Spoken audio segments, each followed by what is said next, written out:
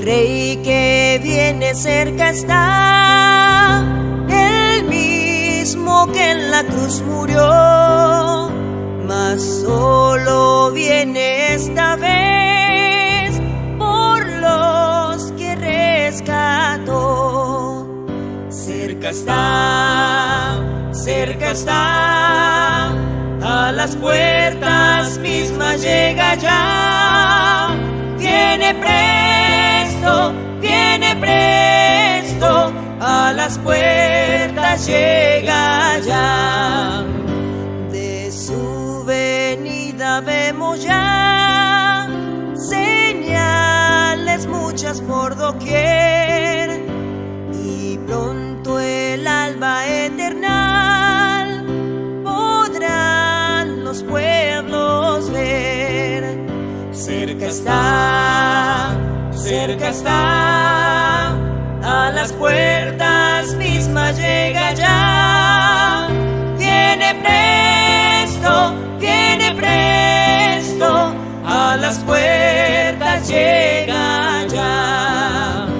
Pues no contéis con gozo y paz, aquí las luchas seguirán, mas cuando vuelva el Salvador, eterno fin tendrán. Cerca está, a las puertas mismas llega ya. Viene presto, a las puertas llega ya.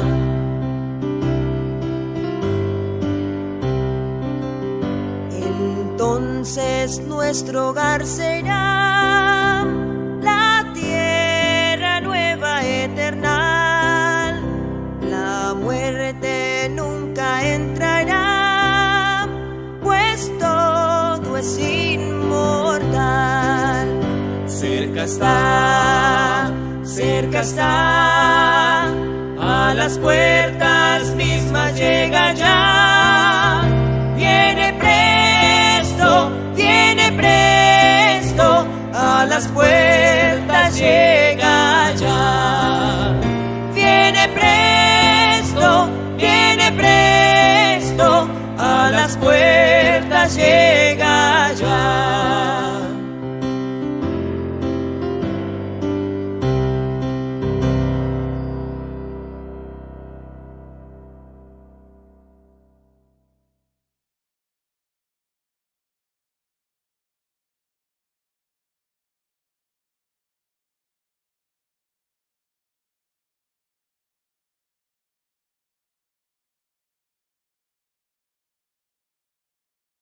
Saludos especial a todos nuestros amigos y hermanos que están conectados en esta noche para participar en esta semana de oración titulada Firmes hasta el fin. Nuestro invitado especial será nuestro pastor Esteban Bor, reconocido a nivel internacional y nacional por sus temas proféticos, la profundidad de la palabra y la claridad como expone estos temas tan interesantes. La temática, no dudamos, será de fortalecimiento espiritual para la iglesia, para estos miembros que luchan cada día y también en aras de cumplir la misión de la iglesia. Y nuestro saludo especial al pastor Kevin Mendoza en el distrito de La Ceja, a cada uno de esos hermanos esforzados y valientes que en este momento están conectados. Igualmente aquí en Medellín, a nuestro pastor David Bustamante en el distrito Oriente. Saludos a todos nuestros hermanos allá. Y en Ciudad Bolívar a nuestro compañero pastor Luis Bello y a nuestros queridos y esforzados hermanos que están en esta parte del territorio de la Asociación Sur Occidental. A continuación, vamos a orar para dar inicio en esta noche. Oremos. Querido Padre que estás en los cielos, te damos las gracias porque eres bueno y porque para siempre es tu misericordia. Nos consagramos en este momento, Señor, de la noche, para implorar tu bendición muy especial en la palabra del pastor Bor, para que sea clara, para que llegue al corazón, para que el Espíritu Santo, Señor, toque nuestra vida y genere en ella el querer como el hacer por tu santa voluntad. Bendice a cada hermano, a cada amigo que está conectado en este momento, y que este espacio que apartamos para estudiar tu palabra, seamos bendecidos con el Espíritu Santo. En el nombre de Jesús, amén. Bueno, ahora lo más importante. Tenemos el espacio para escuchar al pastor Esteban Bor con el tema titulado Principios de Dolores. Pastor Esteban Bor, bienvenido. Puede usted seguir. Es un placer estar con mis hermanos y hermanas del hermoso país de Chile, también con muchas personas que están conectadas en diferentes partes del mundo. Parece que las noticias se riegan y estamos contentos por eso. Durante el transcurso de esta semana vamos a estudiar temas de suprema importancia, así que quiero animarles de que no se pierdan ni un solo tema. Vamos a reunirnos todas las noches a las 7 de la noche, hora de Chile, y luego el siguiente sábado vamos a tener una reunión por la mañana que ya se anunciará, y otra reunión a la misma hora el sábado a las 7 de la tarde. Antes de comenzar nuestro tema de hoy, que se titula El principio de dolores, queremos pedir la bendición del Señor.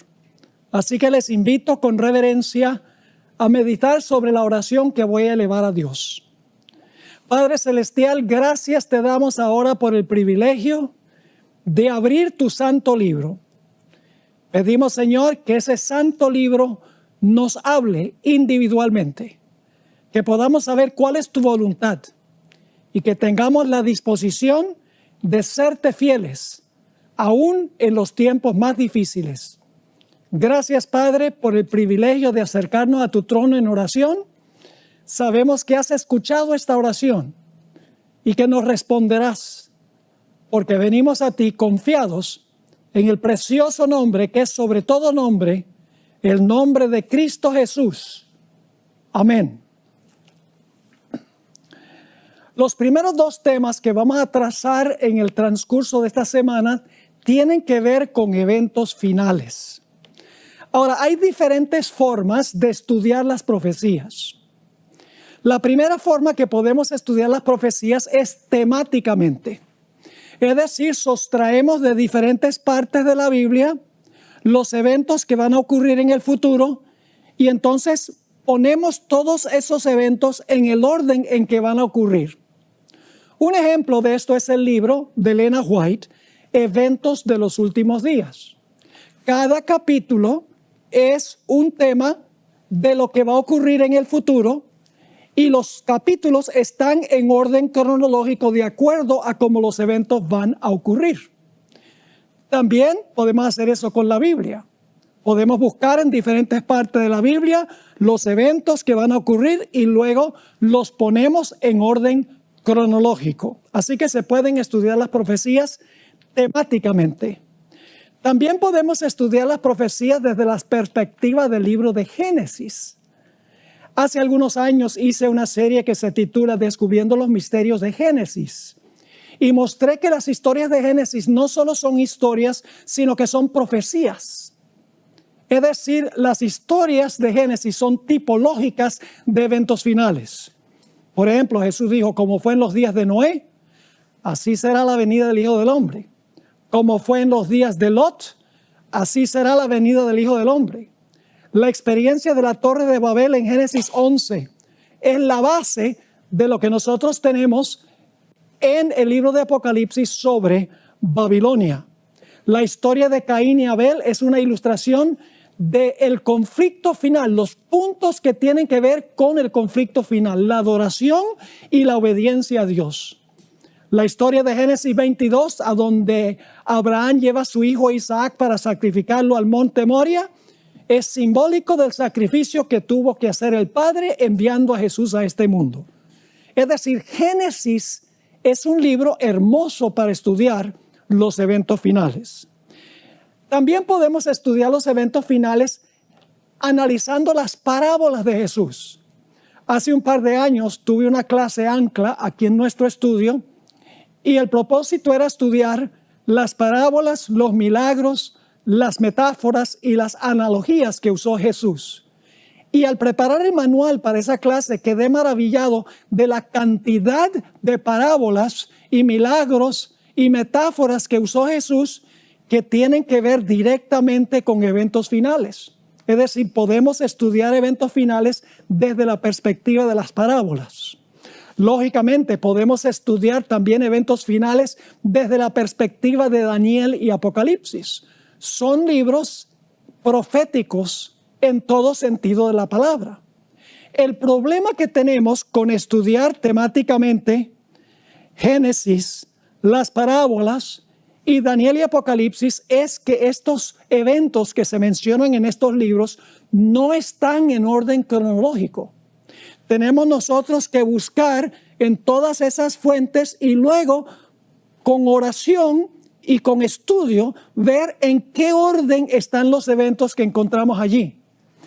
Pero hay un lugar en la Biblia a donde los eventos finales, los grandes puntales, se encuentran en orden cronológico, exactamente en el orden en que van a ocurrir. Y ustedes estarán preguntándose, ¿a dónde en la Biblia tenemos una profecía que presenta todos los eventos finales, por lo menos los grandes puntales de los eventos finales, en el orden en que van a ocurrir? La respuesta es Mateo, el capítulo 24. En ese capítulo tenemos todos los eventos finales en el orden en que van a ocurrir.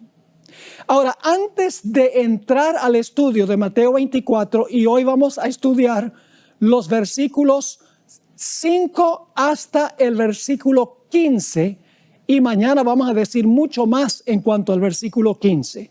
Pero hoy queremos mirar Mateo 24 y el versículo 1 en realidad hasta el versículo 15. Pero antes de eso, necesito compartir con ustedes algunos principios de estudio. Son varios principios que voy a compartir. En realidad son 6 principios. El primer principio lo encontramos en el libro Obreros Evangélicos, página 154. Aquí escribió Elena White las siguientes palabras. El capítulo 24 de Mateo me ha sido presentado repetidas veces como algo a que debe ser atraída la atención de todos. Vivimos hoy en el tiempo en que las predicciones de este capítulo se están cumpliendo. Expliquen nuestros ministros y maestros estas profecías a aquellos a quienes instruyen. Excluyan de sus discursos los asuntos de menor importancia y presenten las verdades que decidirán el destino de las almas. Noten los elementos claves. La hermana White vio repetidas veces que Mateo 24 es de gran importancia su estudio. Dice que las profecías de Mateo 24 se está cumpliendo hoy en día, que los ministros y maestros deben enseñarle a los que instruyen esta profecía y que deben excluir de sus discursos las cosas de menor importancia y predicar sobre las cosas que tienen que ver con el destino de las almas. Así que el primer principio es que el estudio de Mateo 24 es indispensable, supremamente importante. El segundo principio es que Mateo 24 tiene un doble cumplimiento. Se cumple en la destrucción de Jerusalén y los eventos que llevan a ese evento, y se cumple en los eventos que llevan a la destrucción del mundo, a la segunda venida de Jesús. Y ustedes dicen, ¿cómo sabemos que Mateo 24 tiene una doble aplicación, un doble cumplimiento? Vamos a Mateo 24 y el versículo 1 al 3. Cuando Jesús salió del templo, y esto fue por última vez, y se iba, se acercaron sus discípulos para mostrarle los edificios del templo. Respondiendo, él les dijo, ¿ves todo esto? ¿Ven ustedes todo esto? De cierto os digo que no quedará aquí piedra sobre piedra que no sea derribada. y estando él sentado en el monte de los olivos, los discípulos se le acercaron aparte diciendo, ahora noten que los discípulos van a hacer dos preguntas a Jesús, dos preguntas. Dice en el versículo 3 nuevamente, y estando él sentado en el monte de los olivos, los discípulos se le acercaron aparte diciendo, dinos, ¿cuándo serán estas cosas? Acaba de hablar de la destrucción del templo, no iba a quedar piedra sobre piedra, pero ahora hacen otra pregunta. ¿Y qué señal habrá de tu venida y del fin del siglo? Es decir, del fin del mundo. Ahora, los discípulos pensaban que los dos eventos iban a ocurrir al mismo tiempo. La destrucción del templo y la destrucción del mundo. Ellos pensaban que eso iba a ocurrir al mismo tiempo. Jesús sabía que la destrucción del templo y lo que ocurre al final de la historia son dos eventos separados por muchísimos años. Pero lo que hizo Jesús fue entremezclar las dos aplicaciones, los dos cumplimientos de Mateo el capítulo 24. Quiero leerles varias citas ahora que encontramos en el Espíritu de Profecía y quiero que noten la terminología que usa la hermana White para describir este doble cumplimiento de Mateo 24. Conflicto de los siglos, página 28. La profecía del Señor entrañaba un doble significado. Noten, doble significado. Al par que anunciaba la ruina de Jerusalén, presagiaba también los horrores del gran día final. Así que doble cumplimiento, doble significado. La destrucción de Jerusalén presagiaba lo que va a pasar al final de la historia. En el mismo libro, Conflicto de los Siglos, página 34, ella escribió, la profecía del Salvador referente al juicio que iba a caer sobre Jerusalén va a tener otro cumplimiento. Y la terrible desolación del primero no fue más que un pálido reflejo de lo que será el segundo. Es decir, lo que pasó con Jerusalén es solo un pálido reflejo, una sombra de lo que va a pasar al final de la historia. Sigue la cita. En lo que acaeció a la ciudad escogida, podemos ver anunciada la condenación de un mundo que rechazó la misericordia de Dios y pisoteó su ley. Otra cita la encontramos en el libro Eventos de los Últimos Días, página 18, donde dice lo siguiente. Cristo advirtió a sus discípulos en cuanto a la destrucción de Jerusalén y las señales que ocurrirían antes de la venida del Hijo del Hombre. Ahora escuchen bien. Todo el capítulo 24 de Mateo. ¿Cuánto del capítulo? Todo. Todo el capítulo 24 de Mateo es una profecía concerniente a los acontecimientos que preceden a este evento, es decir, la segunda venida. Y se usa la destrucción de Jerusalén para tipificar la última gran destrucción del mundo por fuego. Dos citas más. Testimonios para la Iglesia, tomo 5, página 753. Dice así, mientras que estas profecías tuvieron un cumplimiento parcial en la destrucción de Jerusalén, tienen una aplicación más directa a los posteros días. Es decir, el cumplimiento con Jerusalén fue parcial, pero el cumplimiento más pleno tiene que ver con lo que va a pasar al final de la historia. Una cita más, Palabras de Vida del Gran Maestro, página 102. La ruina de Jerusalén fue un símbolo de la ruina final que abrumará al mundo. Las profecías que se cumplieron parcialmente en la destrucción de Jerusalén se aplican más directamente a los últimos días. Estamos ahora en el umbral de acontecimientos grandes y solemnes. Nos espera una crisis como jamás ha presenciado el mundo. El tercer principio que necesitamos tomar en cuenta es que 3 de los 4 evangelios tienen este sermón de Jesús. No solamente aparece en Mateo 24, sino que aparece también en Marcos 13 y en Lucas 21. Quiere decir que debemos comparar los 3 evangelios.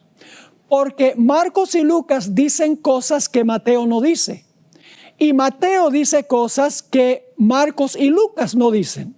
Solo cuando estudiamos los 3 evangelios sinópticos juntos, tenemos un cuadro completo de lo que va a ocurrir.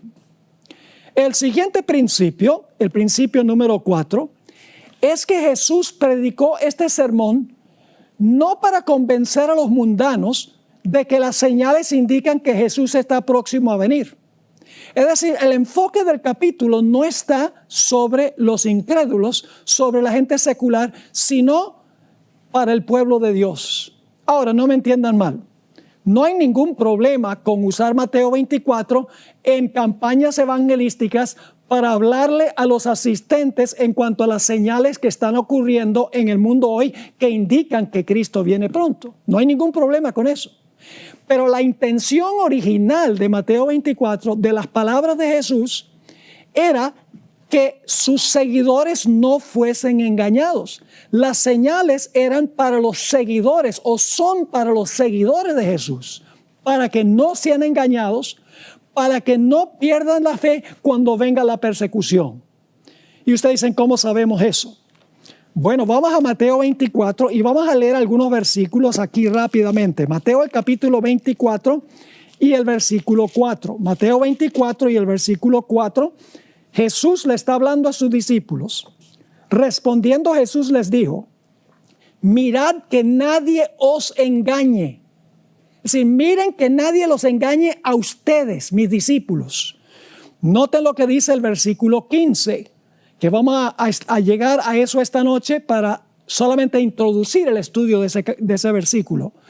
Dice Jesús a sus seguidores, pero cuando veáis en el lugar santo la abominación asoladora de que habló el profeta Daniel, el que le entienda, entonces los que están en Judea huyan a los montes. Es decir, iba a haber una señal, la abominación asoladora, que le iba a indicar a los seguidores de Jesús que huyeran.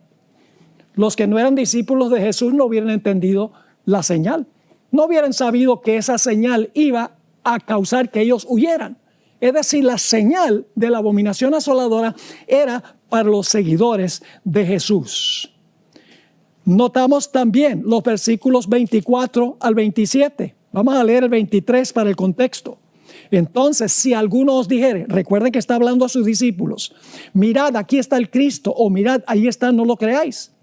Porque se levantarán falsos cristos y falsos profetas, y harán grandes señales y prodigios, de tal manera que engañarán, si fuere posible. Ahora, ¿cuál es el enfoque de Satanás? Aún a los que, aún a los escogidos. Versículo 25, ya os lo he dicho antes. Así que, si os dijeren, mirad, está en el desierto, no salgáis. O mirad, está en los aposentos, no lo creáis. Porque como el relámpago que sale del oriente y se muestra hasta el occidente, así será también la venida del Hijo del Hombre. Así que notamos que el enfoque de Satanás es sobre los escogidos, para tratar de engañar, si fuere posible, a los escogidos. Noten también el versículo 42. Dice Jesús aquí a sus seguidores, velad pues, porque no sabéis a qué hora ha de venir vuestro Señor. Es decir, son siervos del Señor aquellos a quienes le está escribiendo Jesús o predicando Jesús. Y luego, cuando termina Jesús el sermón, encontramos que contó varias parábolas. La parábola del siervo infiel. El siervo infiel profesaba servir al Señor, pero era infiel. Es decir, el enfoque de esa parábola es, no seas infiel si eres siervo mío. Luego Jesús contó la parábola de las 10 vírgenes. Las 10 vírgenes profesaban seguir a Jesús. Todas tenían lámparas. Es decir, el enfoque es sobre creyentes, no sobre los incrédulos, aunque también los incrédulos necesitan escuchar estas cosas. Luego tenemos la parábola de los talentos. Noten que los 3 que recibieron talentos profesaban seguir a Jesús. Y luego la parábola de los corderos y los cabritos. Nuevamente los cabritos profesaban seguir a Jesús, pero en realidad no eran fieles. Es decir, este principio, el cuarto principio, es que Mateo 24 tiene un enfoque especial para aquellos que profesan el nombre de Cristo Jesús. El siguiente principio, número 5, es que los eventos de Mateo 24 están en orden cronológico, exactamente como van a ocurrir. Y ustedes pensarán, ¿cómo sabemos eso? Sencillamente porque el capítulo tiene varias expresiones temporales. Se las voy a mencionar. Mateo 24:6 dice, va a haber guerras y rumores de guerras, pero aún no es el fin. Luego menciona pestilencias, hambres y terremotos, y dice, solo principio de dolores. Y luego hay una palabra muy importante que se usa 9 veces en el capítulo. La palabra entonces. Esa palabra griega, tote, indica un evento que sucede cronológicamente después de otro. Esto, y entonces esto, y entonces esto, y entonces aquello. Es decir, la palabra entonces, que se usa repetidas veces en el capítulo, indica una secuencia cronológica de eventos. Ahora vamos a mencionarles los versículos a donde aparece la palabra entonces. Capítulo 24 y el versículo 9 dice, entonces os entregarán a tribulación y os matarán. Versículo 10, entonces muchos tropezarán. Versículo 14, será predicado el evangelio y entonces vendrá el fin. Mateo 24:16, cuando vean la abominación asoladora, entonces los que estén en Judea huyan. En Mateo 24:19 hay otra expresión temporal, aquellos días. Mateo 24:21 usa otra vez la palabra entonces. Entonces habrá gran tribulación. Mateo 24, aquellos días se usa 2 veces, si aquellos días no son acortados. La palabra entonces aparece nuevamente en el versículo 23. Inmediatamente después, el sol, la luna y las estrellas se oscurecerán. En Mateo 24:30 dice, entonces aparecerá la señal del Hijo del Hombre. Y en el mismo versículo dice, entonces todas las tribus de la tierra se lamentarán. Noten que vez tras vez se usa la palabra entonces, que indica una secuencia cronológica. El último principio que queremos notar en el estudio de Mateo 24 es que Mateo 24 y el conflicto de los siglos, escrito por Elena White, siguen el mismo orden de eventos. Comienzan en el mismo lugar y terminan en el mismo lugar. Y todo lo que está en medio también del conflicto de los siglos y de Mateo 24. Les explico. Si ustedes leen Mateo 24, empieza con la destrucción de Jerusalén. El conflicto de los siglos también. Cuando leen Mateo 24 encuentran que culmina con la venida de Cristo. El libro Conflicto de los Siglos culmina con la segunda venida de Cristo. Pero la ventaja del conflicto de los siglos es que llena los espacios entre los grandes eventos. Expande, amplía esos grandes puntales que encontramos allí en este capítulo de Mateo, el capítulo 24.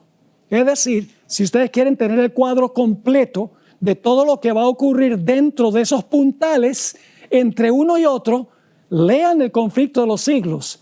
Tremendo libro que amplía en más de 700 páginas, mis hermanos y hermanas, amplía lo que Mateo 24 tiene en un solo capítulo. Ahora sí vamos a Mateo el capítulo 24 y el versículo 6. Vamos a comenzar y a ir desde el versículo 6 hasta el versículo 15, por lo menos parte del versículo 15. Dice en Mateo 24:6, y oiréis de guerras y rumores de guerras. Mirad que no os turbéis, porque es necesario que todo esto acontezca, pero aún no es el fin. Es decir, el hecho de que haya guerras y rumores de guerras no indica de que llegamos al fin. Luego el versículo 7 nos dice, porque se levantará nación contra nación y reino contra reino, y habrá pestes y hambres y terremotos en diferentes lugares. La palabra pestes en realidad significa pestilencias. ¿Saben que esa palabra aparece solo en un lugar más en todo el Nuevo Testamento? En Hechos 24 y el versículo 5, a donde acusaban al apóstol Pablo de esparcir doctrinas pestilentes que habían ido a todo el mundo. Es decir, una pestilencia que va a todo el mundo significa esa palabra, como el coronavirus que nosotros estamos viendo ahora. Dice ahí en Hechos 24:5, los acusadores del apóstol San Pablo, porque hemos hallado que este hombre es una plaga, es la misma palabra pestilencia, y promotor de sediciones entre todos los judíos por todo el mundo, y cabecilla de la secta de los nazarenos. Pestilencia, hambres y terremotos. Ahora, el Evangelio según San Marcos agrega otra señal que no está en Mateo. Marcos 13:8 agrega la palabra alborotos. Dice allí en Marcos 13:8, porque se levantará nación contra nación y reino contra reino, y habrá terremotos en muchos lugares, y habrá hambres y ¿qué más? Y alborotos. Principio de dolores son estos. La palabra alborotos aquí se refiere a conmociones, tumultos e intranquilidad social, como ustedes vieron en Chile hace unos meses y como se está viendo en algunas ciudades ahora de los Estados Unidos. En Juan 5 y el versículo 4, esa palabra se usa para hablar de las aguas que supuestamente el ángel agitaba en el estanque de Betesda. En Hechos 12 y el versículo 18 se usa para hablar de un tumulto que hubo entre los soldados romanos. Y en Hechos 19:23 describe un disturbio que se levantó por causa del camino, es decir, por causa de los cristianos. Elena White amplía estos versículos donde habla de guerras y rumores de guerras, pestilencias, hambres, terremotos y alborotos. Quiero leer algunas de sus citas. En primer lugar, Evento de los Últimos Días, página 24. En las escenas finales de la historia de esta tierra, la guerra prevalecerá. Ahí está una de las señales que menciona Mateo. Habrá epidemias o pestilencias, mortandad y hambre. Las aguas del abismo rebasarán sus límites. Incendios e inundaciones destruirán la propiedad y la vida. Debiéramos estar alistándonos para las mansiones que Cristo ha ido a preparar para los que lo aman. En Evento de los Últimos Días, página 27, ella escribió: aumentarán las hambrunas, las pestilencias barrerán a miles. A nuestro alrededor hay peligros procedentes de las potencias externas y de las operaciones satánicas de adentro. Pero ahora se está ejerciendo el poder restrictivo de Dios. La cita más importante está en el conflicto de los siglos 575 y 576. Elena White amplía y agrega que va a haber muchos más desastres que solamente hambres y pestilencias y terremotos y alborotos. Fíjense lo que escribió. El objeto de Satanás consiste en hostigar a las naciones a hacerse mutuamente la guerra, pues de este modo puede distraer las mentes de los hombres de la obra de preparación necesaria para subsistir en el día del Señor. Al par que se hace pasar ante los hijos de los hombres como un gran médico que puede curar todas sus enfermedades, Satanás producirá enfermedades y desastres, al punto que ciudades populosas sean reducidas a ruinas y desolación. Ahora mismo está obrando. Ejerce su poder en todos los lugares y bajo mil formas. En las desgracias y calamidades de mar y tierra, en las grandes conflagraciones, en los tremendos huracanes y en las terribles tempestades de granizo, en las inundaciones, en los ciclones, en las mareas extraordinarias y en los terremotos. Satanás destruye las mieses casi maduras y a ellos siguen la hambruna y la angustia. Propaga por el aire emanaciones mefíticas y miles de seres perecen en la pestilencia. Y luego ella escribió lo siguiente: estas plagas irán aumentando más y más y se harán más y más desastrosas. La pestilencia del coronavirus es solo el principio de dolores, según dice esta cita. Ahora, yo les puedo decir exactamente a dónde estamos ahora mismo en el desarrollo de Mateo 24. Ahora nosotros estamos entre el versículo 8 y el versículo 9, en la secuencia de eventos. Y ustedes dicen, ¿cómo sabe eso?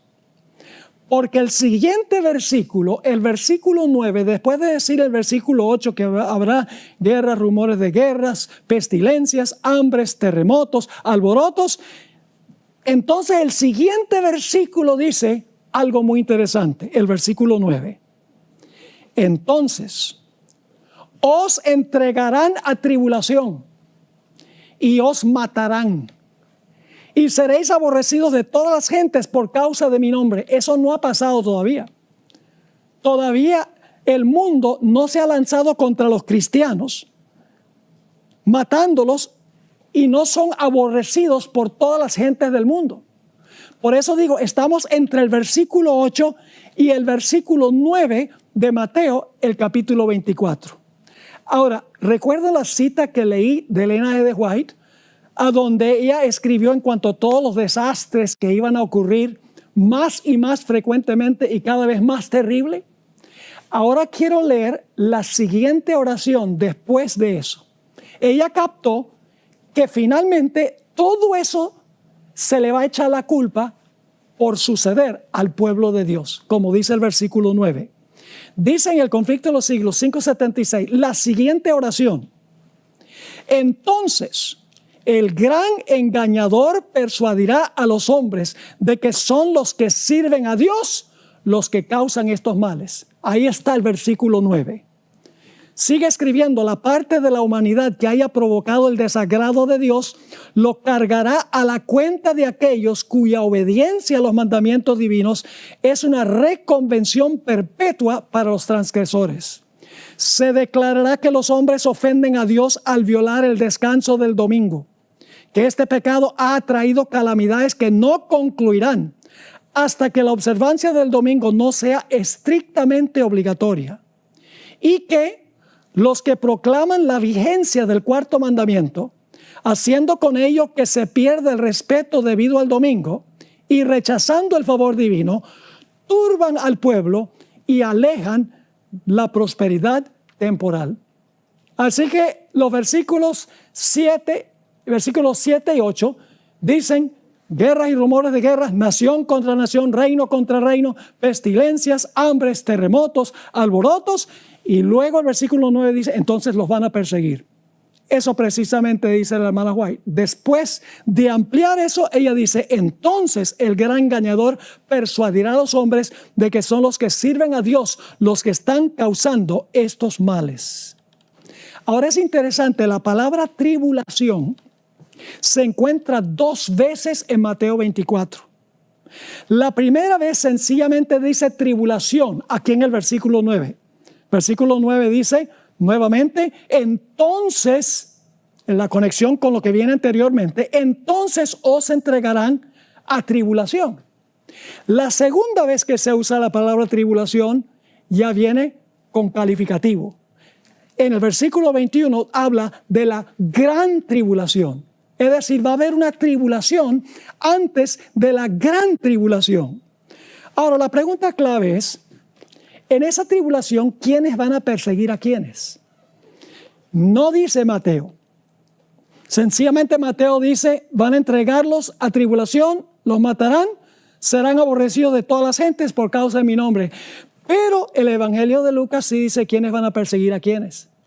Dice allí en Lucas 21:16, mas seréis entregados aún por vuestros padres y hermanos y parientes y amigos, y matarán a algunos de vosotros, y seréis aborrecidos de todos por causa de mi nombre.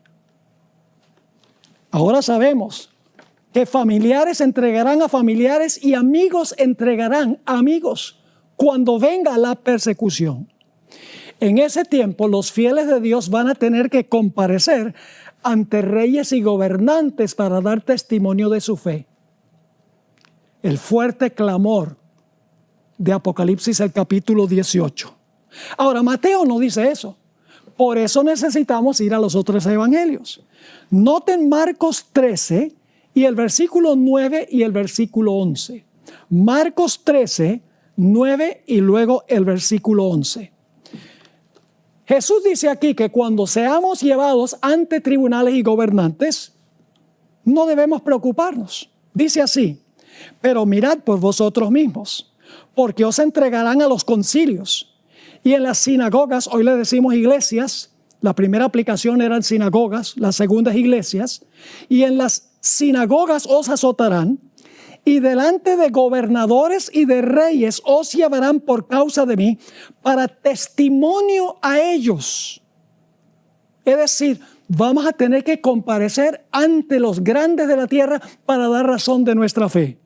En el versículo 11 dice: pero cuando os trajeren para entregaros, no os preocupéis de lo que habéis de decir, ni lo penséis, sino lo que os fuere dado en aquella hora, eso hablad. Porque no sois vosotros los que habláis, sino el Espíritu Santo. Es decir, el Espíritu Santo va a ser derramado sobre el pueblo de Dios para que puedan dar testimonio ante los grandes de la tierra. Leo un par de citas del Espíritu Profecía. En la Review and Herald, 18 de diciembre de 1888, una cita que no aparece en ninguna fuente en español, yo la traduje, dice así: ahora no nos parece posible que alguno de nosotros tendrá que comparecer solo ante las autoridades. ¿Cómo vamos a comparecer? Solos, mis hermanos y hermanas. Ahora no nos parece posible que alguno de nosotros tendrá que comparecer solo, pero si alguna vez Dios ha hablado por mi intermedio, dice la hermana White, llegará el tiempo cuando seremos llevados ante concilios y ante miles de personas por causa de su nombre, y cada uno tendrá que dar razón de su fe. Luego vendrá la crítica más severa sobre cada posición que se ha tomado en favor de la verdad. Necesitamos, ahora viene la recomendación, necesitamos entonces estudiar la palabra de Dios para que podamos saber por qué creemos las doctrinas que defendemos. No es suficiente estudio devocional de la Biblia, tenemos que hacer un profundo estudio doctrinal. En otra cita que está en Eventos de los Últimos Días, página 209, la hermana White describió el tiempo cuando tendremos que comparecer ante los grandes de la tierra. Dice así: aquellos que reciben a Cristo como Salvador personal resistirán las pruebas de estos últimos días.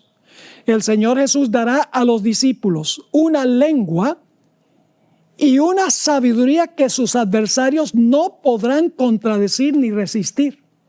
Aquellos que por razonamiento no podrían vencer los engaños satánicos darán un testimonio positivo que confundirá a hombres supuestamente doctos. Los humildes van a hablar con tanta autoridad y sabiduría que va a confundir a los hombres grandes de la tierra. La cita termina: de los labios de los iletrados saldrán palabras con tal poder convincente y sabiduría que se producirán conversiones a la verdad. Miles se convertirán bajo su testimonio. ¡Qué tremenda oportunidad! Cuando tengamos que comparecer ante los grandes de la tierra, dar razón de nuestra fe para que miles se conviertan al Señor y se salven finalmente. Ahora, este tiempo que describe el versículo 9 es lo que nosotros llamamos el tiempo de angustia previo. Es decir, el pequeño tiempo de angustia. Tribulación sin la palabra gran. Durante este tiempo Dios va a derramar la lluvia tardía. Durante este tiempo el pueblo de Dios va a proclamar el fuerte clamor de Apocalipsis 18 que se centra en el mensaje del sábado. Y eso va a traer persecución. Quiero leerles una cita de la hermana White donde ella habla del tiempo de angustia previo o el pequeño tiempo de angustia, que es lo que tenemos en el versículo 9. Sabemos que en el versículo 9 todavía no es la gran tribulación, porque en la gran tribulación no va a morir ningún fiel de Dios. Pero aquí dice en el versículo 9, os entregarán a tribulación y os matarán. Durante esta tribulación habrá mártires, según dice el Señor Jesucristo. En Primeros Escritos, página 33, la hermana White escribió lo siguiente, en cuanto a este tiempo de angustia previo de Mateo 24:9. Vi que Dios tenía hijos que no reconocen ni guardan el sábado. No han rechazado la luz referente a él. Y al empezar el tiempo de angustia, fuimos henchidos del Espíritu Santo cuando salimos a proclamar más plenamente el sábado. Esto enfureció las otras iglesias y a los adventistas nominales, pues no podían refutar la verdad sabática. Y entonces todos los escogidos de Dios, comprendiendo claramente que poseíamos la verdad, salieron. El contexto indica que son personas que salen de las iglesias de Babilonia para ingresar al pueblo de Dios. Dice nuevamente, esto enfureció a las otras iglesias y a los adventistas nominales, pues no podían refutar la verdad sabática. Y entonces todos los escogidos de Dios, comprendiendo claramente que poseíamos la verdad, salieron y sufrieron la persecución con nosotros. ¡Qué tremendo! Y luego dice ella, vi guerra, hambre, pestilencia y grandísima confusión. Las mismas señales de Mateo 24 y el versículo 6 y 7. Así que dice, nuevamente, vi guerra, hambre, pestilencia y grandísima confusión en la tierra. Los impíos pensaron que nosotros habíamos acarreado el castigo sobre ellos y se reunieron en consejo para raernos de la tierra, creyendo que así cesarían los males. Ahora, cuando una persona leyó esta cita de la hermana White, le escribió y le dijo, pero usted escribió que al empezar el tiempo de angustia fuimos llenos del Espíritu Santo y proclamamos el sábado. Pero, hermana White, usted dijo en otra parte que en el tiempo de angustia ya la puerta de la gracia se cerró. Entonces, ¿cómo se explica eso? La hermana White tuvo que enviar una explicación. En Primeros Escritos, página 85, ella habló sobre este corto tiempo de angustia. Dice, el comienzo del tiempo de angustia, mencionado entonces, no se refiere al tiempo cuando comenzarán a ser derramadas las plagas, sino a un corto periodo, precisamente antes que caigan, mientras Cristo está en el santuario. Es decir, la puerta de la gracia no se ha cerrado en el versículo 9. Se cierra, vamos a ver mañana en el versículo 15. Sigue diciendo, en ese tiempo, cuando se esté terminando la obra de salvación, vendrá aflicción sobre la tierra y las naciones se airarán, aunque serán mantenidas en jaque, porque los ángeles están reteniendo los vientos, para que no impidan la realización de la obra del tercer ángel. En ese tiempo descenderá la lluvia tardía. En el corto tiempo de angustia, hermanos y hermanas, descenderá la lluvia tardía o refrigerio de la presencia del Señor para dar poder a la voz fuerte del tercer ángel. Es el fuerte clamor de Apocalipsis 18. Y preparar a los santos para que puedan subsistir durante el periodo cuando las 7 postreras plagas serán derramadas. Pero cuando viene esta persecución, va a haber un zarandeo entre el pueblo de Dios. Eso está en Mateo 24:10. Fíjense que todo esto está en orden cronológico. Muchos tropezarán entonces. Es decir, como consecuencia de la persecución, muchos van a tropezar. Y se entregarán unos a otros y unos a otros se aborrecerán. La hermana White dice que el zarandeo es causado por 3 cosas. 1, falsas enseñanzas. 2, las atracciones del mundo o la mundanalidad se va a llevar a muchos. Y en tercer lugar, la persecución. Cuando venga la persecución en el tiempo de angustia previo, el pueblo de Dios saldrá a proclamar más plenamente el sábado bajo el poder de la lluvia tardía. Y según esto, muchos en ese tiempo tropezarán. Mis hermanos y hermanas, en tiempos cuando las cosas están pacíficas, la iglesia se llena de gente. Pero cuando viene la persecución, uno sabe quién es quién. Ahora, ¿qué significa eso? Muchos tropezarán. ¿Qué significa la palabra tropezarán? Vamos a leer un par de versículos donde se usa la misma palabra. Juan 16, 1 y 2. Estas cosas os he hablado, dice Jesús, para que no tengáis tropiezo. Es decir, para que no tropiecen ni caigan, os expulsarán de las sinagogas. Y aún viene la hora cuando cualquiera que os mate pensará que rinde servicio a Dios. Es decir, los que van a atacar al pueblo de Dios son gente que profesa ser pueblo de Dios. Marcos 4, 16 y 17, en la parábola del sembrador, habla de la semilla que fue sembrada entre las piedras o entre las rocas. Dice allí, estos son asimismo los que fueron sembrados en pedregales, los que cuando han oído la palabra, al momento la reciben con gozo, dicen, aleluya, esto está hermoso. Pero no tienen raíz en sí, sino que son de corta duración.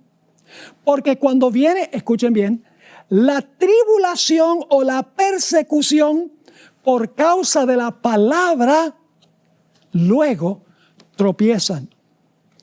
Elena White también escribió que muchos de los que profesan ser fieles van a abandonar la fe. En el libro Profetas y Reyes, página 431, ella escribió, los que sean fieles a Dios y al deber serán amenazados, denunciados y proscritos. Serán traicionados por padres y hermanos y parientes y amigos. Su única esperanza se cifrará en la misericordia de Dios. Su única defensa será la oración. A veces nosotros pensamos que los peores perseguidores del pueblo de Dios serán los de afuera. Pero en esta cita que voy a leer, Conflicto de los Siglos 5:93, los peores enemigos del pueblo de Dios serán los que no soportan la persecución y se levantan contra el fiel remanente de Dios. Noten esta cita, Conflicto de los Siglos 5:93. Conforme vaya acercándose la tempestad. Fíjense que estos son adventistas, los que ella describe. Conforme vaya acercándose la tempestad, muchos que profesaron creer en el mensaje del tercer ángel. No hay ninguna iglesia que cree en el mensaje del tercer ángel, sino la adventista. Así que dice, conforme vaya acercándose la tempestad, muchos que profesaron creer en el mensaje del tercer ángel, pero que no fueron santificados por la obediencia a la verdad, abandonarán su fe e irán a engrosar las filas de la oposición, uniéndose con el mundo y participando de su espíritu, llegarán a ver las cosas casi bajo el mismo aspecto. Así que cuando llegue la hora de prueba, estarán preparados para situarse del lado más fácil y de mayor popularidad. Hombres de talento y de elocuencia que se gozaron un día en la verdad, emplearán sus facultades para seducir y descarriar almas. No olviden eso, porque esto está en el siguiente versículo. Así que dice, se convertirán en los enemigos más encarnizados de sus hermanos de antaño. ¡Wow! Cuando los observadores del sábado sean llevados ante los tribunales para responder de su fe, estos apóstatas serán los agentes más activos de Satanás para calumniarlos y acusarlos, para incitar a los magistrados contra ellos por medio de falsos informes e insinuaciones. Es decir, después de la persecución viene el zarandeo, el tropiezo de muchos que no están dispuestos de subsistir en el tiempo de angustia previo y no están dispuestos a sufrir persecución. El siguiente versículo, Mateo 24:11, habla de falsos profetas que se van a levantar en ese tiempo para engañar. Esos son los que acaba de describir la hermana White. Muchos que una vez se gozaron en la verdad, dice que van a usar sus facultades para seducir y descarriar a las almas. No solamente los de afuera, sino también los de adentro. El versículo 11 dice, muchos falsos profetas se levantarán y engañarán a muchos. Y luego habla de cómo la mundanalidad va a sacar a muchos también de la iglesia. Dice en Mateo 24:12, y por haberse multiplicado la maldad, el amor de muchos se enfriará. Ahora, el amor no se puede enfriar al menos que antes estuviera caliente. Es decir, eso está hablando de apostasía. ¿Y cuál es el motivo de la apostasía? Dice la multiplicación de la maldad. Ahora esa palabra maldad es muy interesante. La palabra maldad es la misma palabra que se traduce en 1 Juan 3:4, transgresión de la ley. Es decir, se podría traducir aquí, y por haberse multiplicado la transgresión de la ley, el amor de muchos se enfriará. Es decir, hubo algunos que creían que había que guardar los mandamientos de Dios, pero la mundanalidad causa que su calor se enfríe y pierdan el amor. Y dicho sea de paso, estos son personas que profesan creer en Jesús. Y ustedes dicen, ¿cómo sabemos eso? Bueno, noten lo que dice en Mateo 7, 21 al 23. La misma expresión se usa. La palabra maldad. Noten Mateo, el capítulo 7, y vamos a leer el versículo 21 al 23 para que ustedes vean que aquellos que se les va a enfriar su amor, antes eran calientes, antes eran seguidores de Jesús. Dice en Mateo 7, 21, no todo el que me dice Señor, Señor, son cristianos, profesos, entrará en el reino de los cielos, sino el que hace la voluntad de mi Padre que está en los cielos.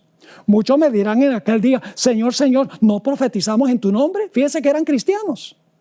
Y en tu nombre echamos fuera demonios. Y en tu nombre hicimos muchos milagros. Imagínense, profetizaron, echaron demonios, hicieron milagros y profesaban a Jesús. ¿Qué va a decir Jesús? Y entonces les declararé, nunca os conocí, apartados de mí, transgresores de la ley. Wow. Ahora, no todos van a ser zarandeados por las falsas enseñanzas, el mundo y la persecución.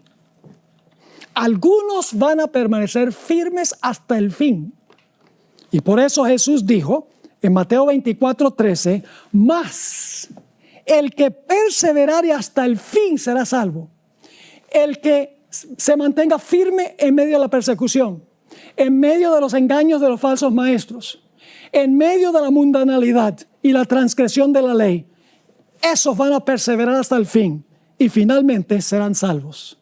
Y luego tenemos Mateo 24 y el versículo 14, y será predicado este evangelio del reino en todo el mundo para testimonio a todas las naciones, y entonces vendrá el fin. 3 elementos claves que quiero que noten en este versículo.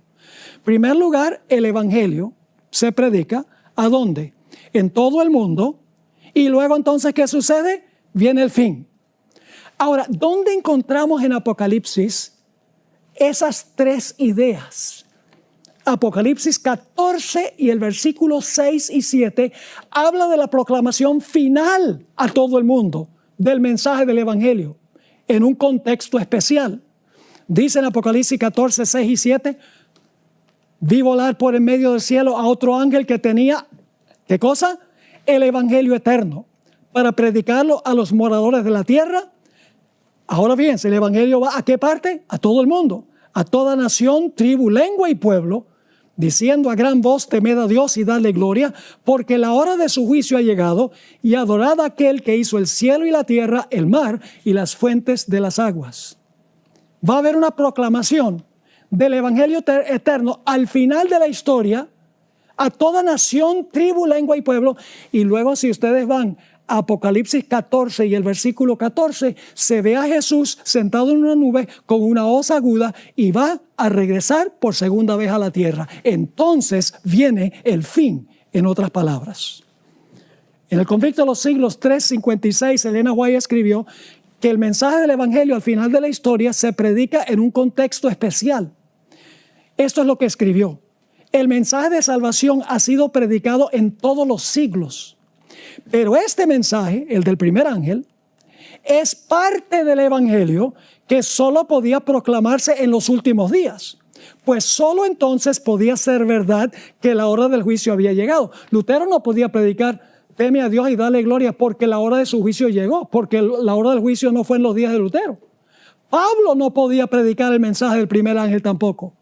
El evangelio se puede predicar en el contexto del juicio solo al final de la historia, cuando el juicio comienza. Y luego viene la abominación asoladora, en el versículo 15. La abominación asoladora es la gran prueba final para el mundo. Va a dividir al mundo en dos grupos: los salvos y los perdidos. Tenemos tiempo solamente de introducir esto. Mañana, no se lo pierdan por nada, vamos a hablar de los eventos que ocurren desde Mateo 24:15 hasta Mateo 24 y el versículo 31. Así que no se lo pierdan. Todavía nos faltan algunas de las cosas más importantes de los eventos finales. Pero vamos a leer Mateo 24:15 y 16 y lo vamos a comparar con Lucas 21, 20 y 21. Nuevamente hay que ir a los otros evangelios porque nos dan detalles que no están en Mateo. Mateo 24, 15 y 16 dice lo siguiente: por tanto, cuando veáis en el lugar santo la abominación asoladora de que habló el profeta Daniel, el que lee entienda, entonces los que estén en Judea huyan a los montes. Es decir, la abominación asoladora era la señal para los fieles que estaban en la ciudad de que en ese momento, al ver la señal, ellos debían huir de la ciudad para que no fueran destruidos.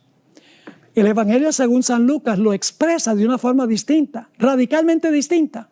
Pero mañana vamos a ver cuál es la relación entre Mateo 24, 15 y 16 y Lucas 21, 20 y 21. Noten lo que dice Lucas 21, 20 y 21. Pero cuando viereis a Jerusalén rodeada de ejércitos, es decir, la abominación asoladora significaba Jerusalén rodeada de ejércitos. Esa era la señal. Y mañana vamos a hablar sobre qué tenían esos ejércitos romanos. Tenían estandartes y en el estandarte había algo muy importante. Pero mañana vamos a esbozar eso. Así que dice, pero cuando viereis a Jerusalén rodeada de ejércitos, sabed entonces que su destrucción ha llegado. Entonces los que estén en Judea huyan a los montes. En Mateo decía, cuando vean la abominación asoladora, huyan. Aquí dice en Lucas 21, cuando vean a la ciudad de Jerusalén rodeada de ejércitos, huyan a los montes. Y los que estén en medio de ella, váyanse. Y los que estén en los campos, no entren en ella. ¡Qué extraordinario! ¿Cómo Mateo 24 presenta los eventos finales en el orden exacto en que están ocurriendo y van a ocurrir? ¿Y a dónde estamos nosotros ahora en el desarrollo de Mateo 24? Mis hermanos y hermanas, apreciados amigos, estamos ahora entre el versículo 8 y el versículo 9. Los desastres van a ir aumentando, van a ser más terribles, hasta que va a llegar el momento en que los habitantes del mundo van a decir, ¿qué está pasando? ¿Por qué está pasando esto? Y entonces vendrá la tribulación para el pueblo de Dios, pero el pueblo de Dios proclamará con poder el mensaje para que se puedan salvar muchas almas en el reino. Interesantísimo tema nos ha presentado en esta noche el pastor Esteban Bor sobre Mateo capítulo 24. Y este tema que nos ha presentado ha sido de una bendición que genera en nosotros un gran interés por seguir profundizando en la santa palabra de Dios. Les esperamos mañana con otro tema interesante. Comparta el link, hable con sus amigos, con los hermanos que no estuvieron conectados y tome nota ya en la casa para que pueda seguir profundizando un poco más acerca de estos temas. Oremos en este momento. Señor, gracias por tu palabra en esta noche. Gracias por San Mateo capítulo 24. Gracias Jesús, porque los eventos y acontecimientos que están sucediendo en esta tierra nos confirman que pronto vendrás en gloria y majestad. Prepáranos y ayúdanos a preparar a otros para ese momento glorioso. En el nombre de Jesús, amén. Feliz noche para todos. Nos vemos mañana en esta semana de oración titulado Firmes hasta el fin. Bendiciones.